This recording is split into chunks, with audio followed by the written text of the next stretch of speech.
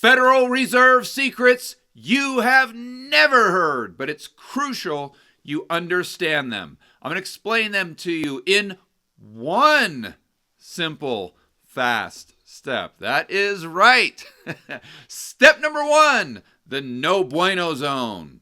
We go right to a chart of 10-year Treasury yields before 2016, and interest rates on the left go from 0 up to 3%. Start off pretty flat, dip down 2016, come right back up in 2017, pretty flat until we get to 2018, and they spike up to a peak in September of 2018. Very important date. The red line indicates the start of the No Bueno Zone.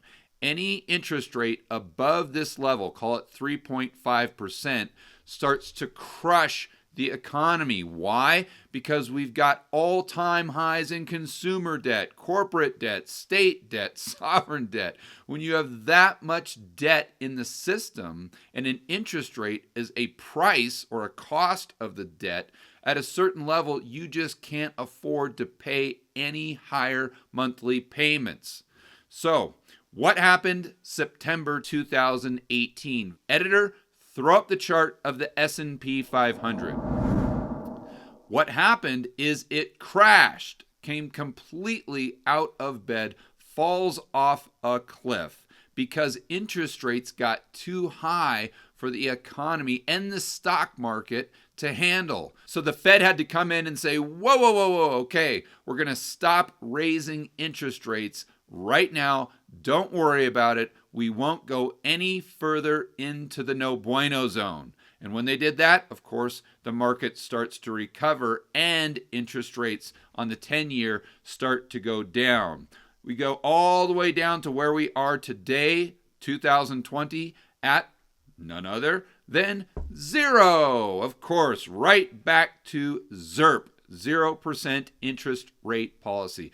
But now the No Bueno Zone is a lot lower. Why? Because there's more debt in the system. 0% interest rates have been with us a lot longer. The longer you keep interest rates at zero, the lower the No Bueno Zone goes. Just look at Japan. Additionally, you've got the Fed increasing its balance sheet from $4 trillion to $5 trillion to today, it's probably up to at least $5.5 trillion. So when you have the expansion of the money supply and the Fed's balance sheet, you have ZIRP for as long as you can remember, and you have additional debt in the system, the No Bueno Zone is going to continually go down, down, down, till at some point it gets to zero. And now I have great news. That's right. The Fed has come up with a new 4-letter solution. Woohoo! All right. It's called FEMA. Foreign International Monetary Authorities Repo Market. That's right. Now the Fed is not only intervening in the domestic repo market, but they're also creating another repo market outside of the United States. That's right, a global repo market. Let's go right to the Fed's website to try to understand what on earth is going on now.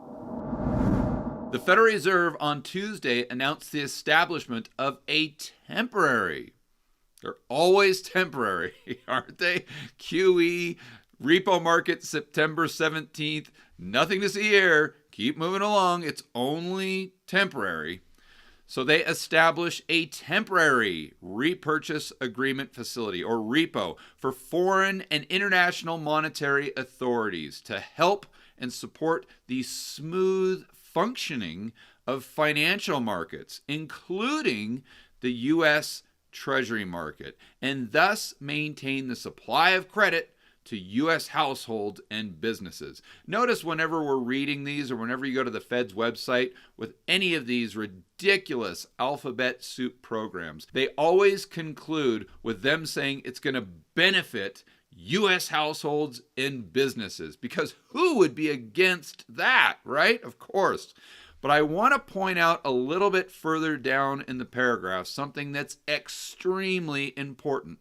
Check this out. This facility should help support the smooth functioning of the U.S. Treasury market by providing an alternative temporary source of U.S. dollars, listen to this, guys, other than sales of securities in the open market. Let's go right back to the whiteboard, and I'll explain why that statement right there is so important. Now that we know what FEMA is, let's do a quick review of the domestic repo market. The Fed prints up funny money, gives it to the primary dealers and banks under their umbrella. They take collateral from the primary dealer banks in the form of treasuries or mortgage-backed securities. If it's overnight and they swap back the very next day, that's an overnight repo. If it's longer than 1 day, 14 days, 30 days, 54 days, then it's considered a term repo. Now what the Fed's done is say, listen, we need to set up a repo market outside of the United States with the central banks of other countries. In this example, we have country XYZ, 1, 2, 3, and ABC.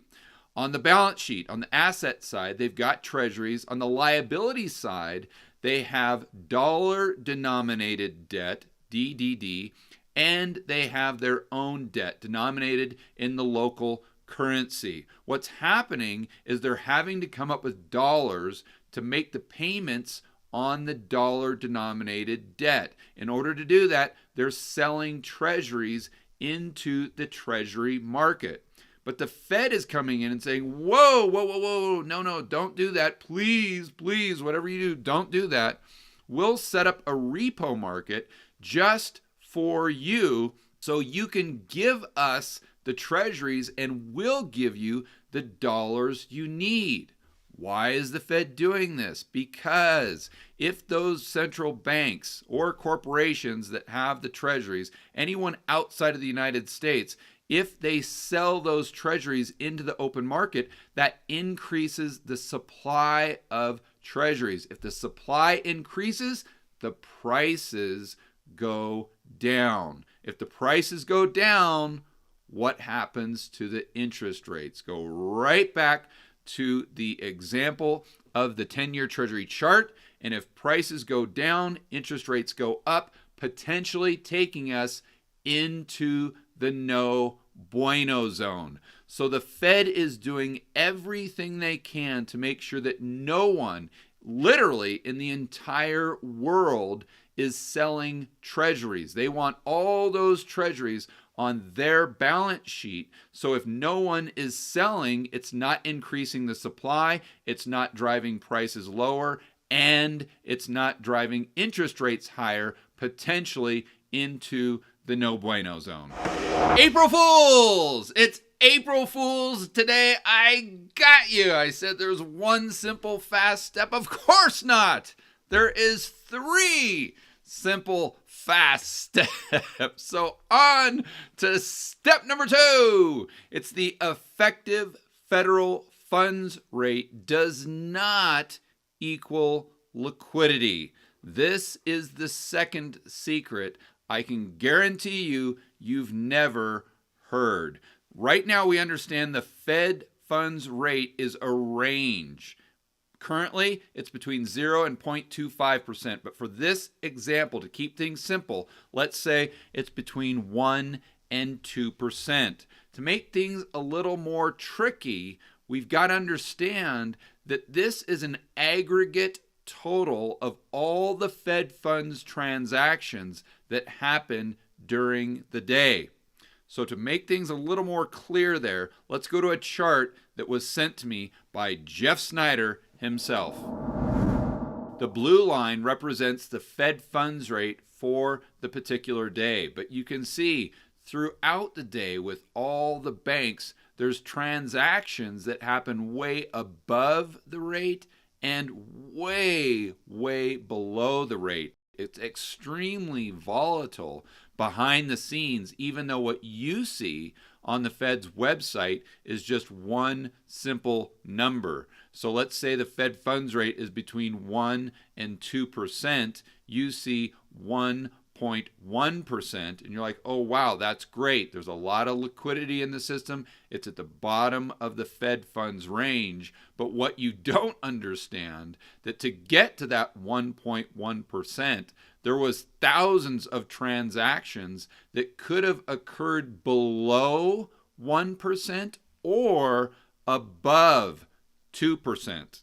And to clarify this further, let's go right to the man himself, Jeff Snyder, and his new podcast. If you're not watching this on YouTube or listening to it, you are missing out. So make sure as soon as you get done with this video, you go right over and check out Jeff Snyder's new podcast. I'm going to put a link in the description below. We have to realize that something like federal funds, there isn't a single rate. Yeah, that's what gets published in the paper or on the internet. There's an effective federal funds rate, but it's not a single rate that applies to every single transaction that happens during a day.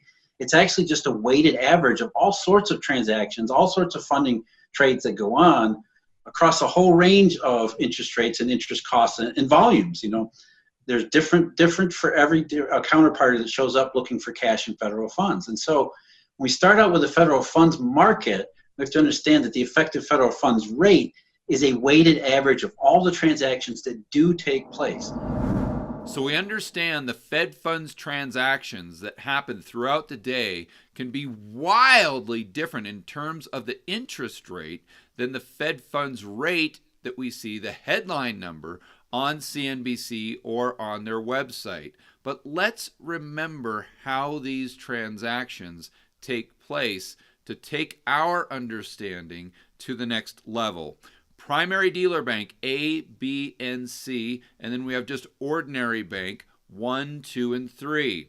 If we look at the balance sheets of the ordinary banks, they differ a little bit in the sense that Bank 1 has very little cash. Bank 3 has a little bit more. But let's assume all three of these banks need funding. They need some extra cash to operate on the next day, so they need to go into the Fed funds market. Well, A, B, and C are going to see these banks as a little bit different counterparty risk. So they might charge a higher interest rate to Bank 1 than they do to Bank 2 or 3.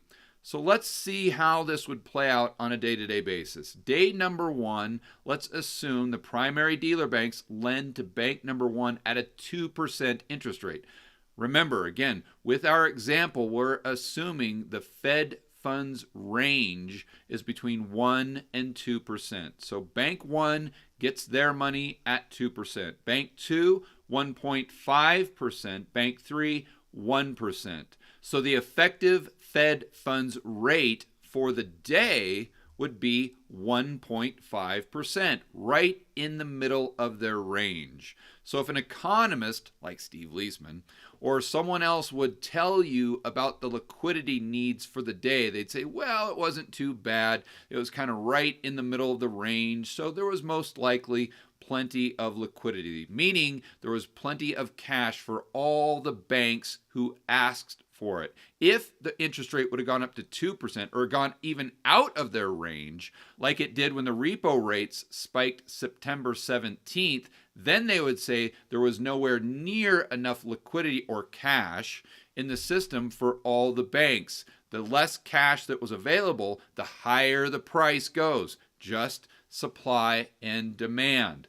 So let's move on to day number 2 and assume there's a lot more perceived risk than there was in day number 1.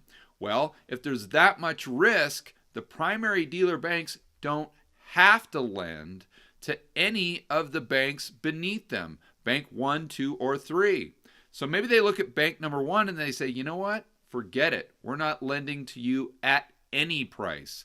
So Bank number 1 on day 2 gets a big X. But then there's more money available for Bank 2 and 3 that the primary dealers may see as a lower credit risk, especially on a day where maybe the market is crashing by 1,000 points. So the interest rate for bank number 2 actually goes down to 1.25%, and for bank number 3 it goes down to 0.75%. So the average of the total transactions for that day that would make up the Fed funds rate would be 1%, lower than it was on day one. So the Steve Leismans of the world would come out on day one and say, well, the liquidity or the cash available for all three banks was, it was just okay.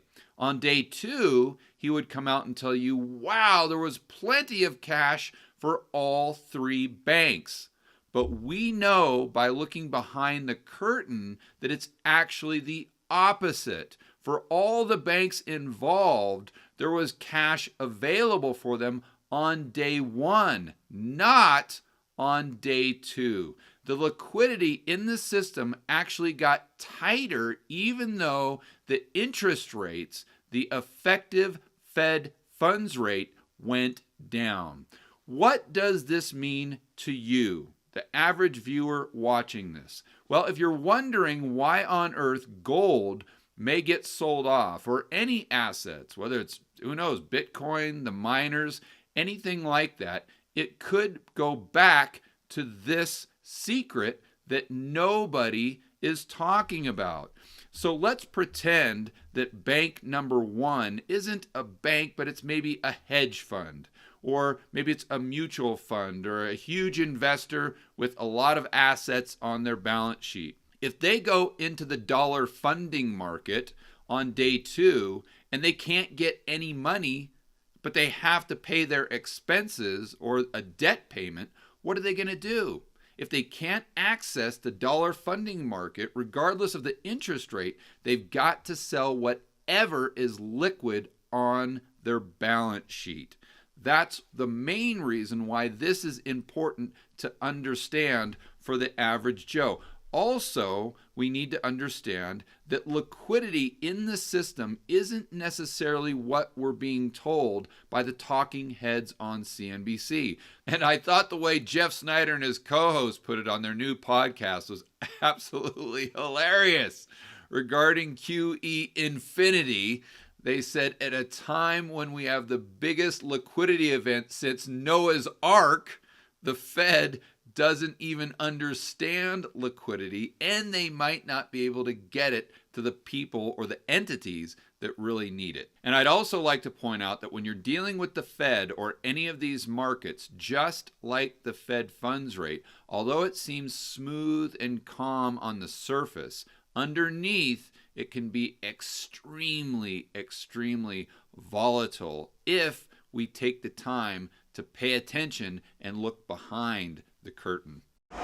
Step number 3, the last secret the Fed doesn't want you to know is that the interest rate on 10-year treasuries don't necessarily equal all interest rates. What I mean by that, going back to step number 1, I used a chart of the 10-year treasury to show what interest rates were doing in the broad economy, but it doesn't necessarily mean there is a causal relationship. In other words, the 10-year treasury, if it goes up or down, all the other interest rates in the economy don't necessarily go up or down the same way. Sometimes they can move opposite to one another. Let's use mortgages as an example. Editor, go ahead and throw up a chart of mortgages, and let's compare those interest rates back in September of 2018 to the interest rates on the 10-year treasury. You see that in September, October, November, the rates are actually significantly different, and for a time period, they move opposite one another. So the next question becomes, okay, well then what affects other interest rates other than the 10-year? What affects interest rates like mortgage-backed securities? Or, if you watched my video on Monday, which you should have, why on earth didn't you? If you watched my video Monday, you know that from now on, we're not calling them mortgage-backed securities. What are we calling them, everybody? You got it.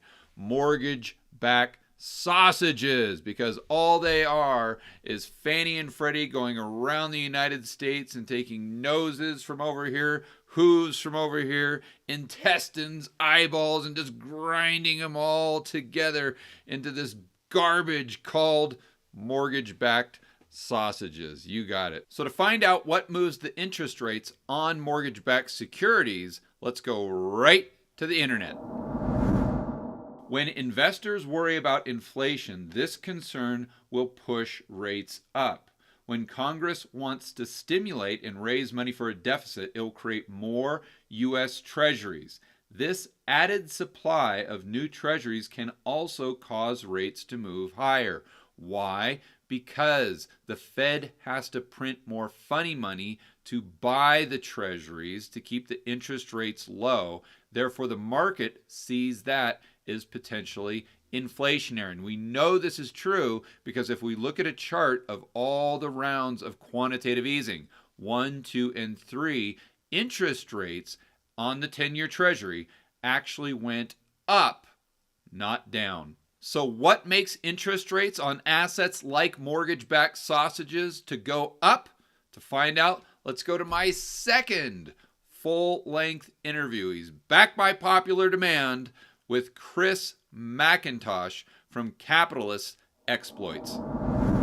Let's say the 3-month T-bill, they don't not having too much problem with that, but the 2-year, the 10-year, the 30-year, they've got to keep those rates down. And the way that the Fed would keep those rates down is they would print more money to buy the bonds. That creates more demand. It drives the price up and the interest rate down. But, and correct me if I'm wrong, but that's the only way that they could try to control the long end of the curve. Is that correct? And that's why it's inflationary, because that's more money in the economy, right?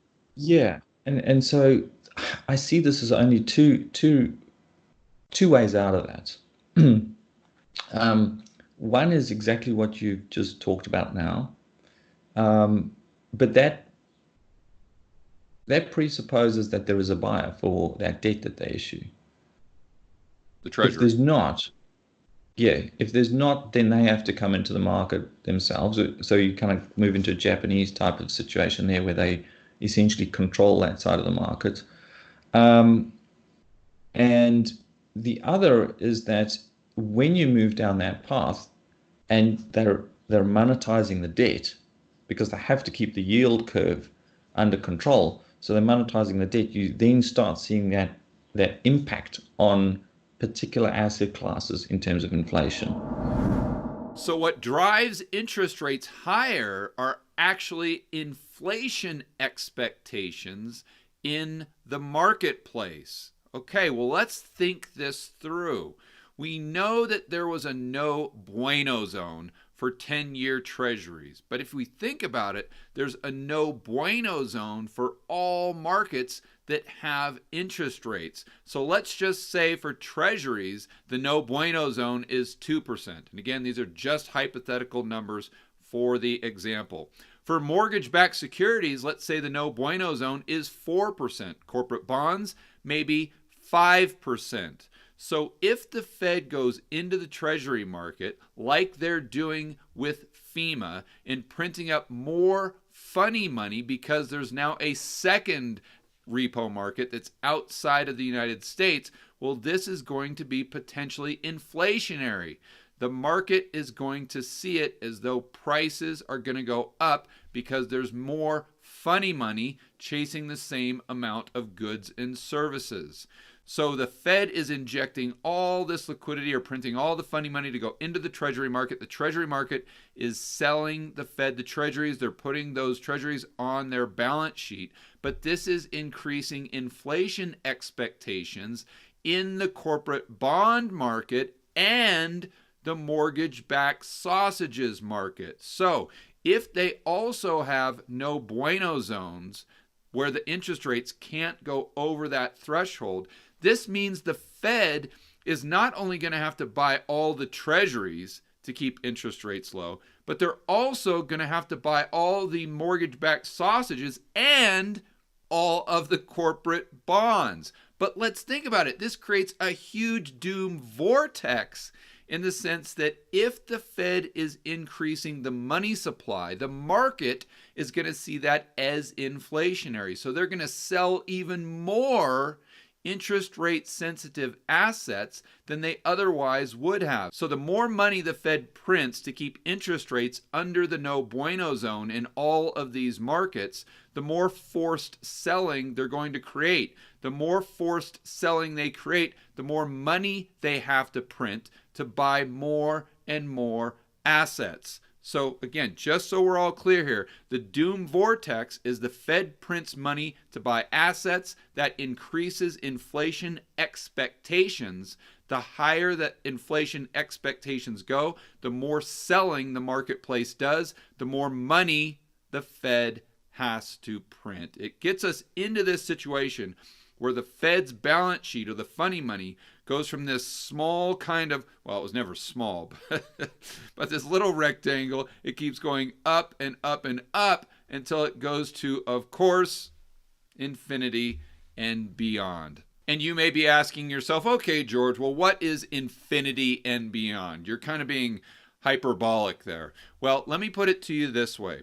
If you are a long-term holder of United States dollars, so most Americans, it is properly #stiff drink time. Why is it? Let's go over the numbers.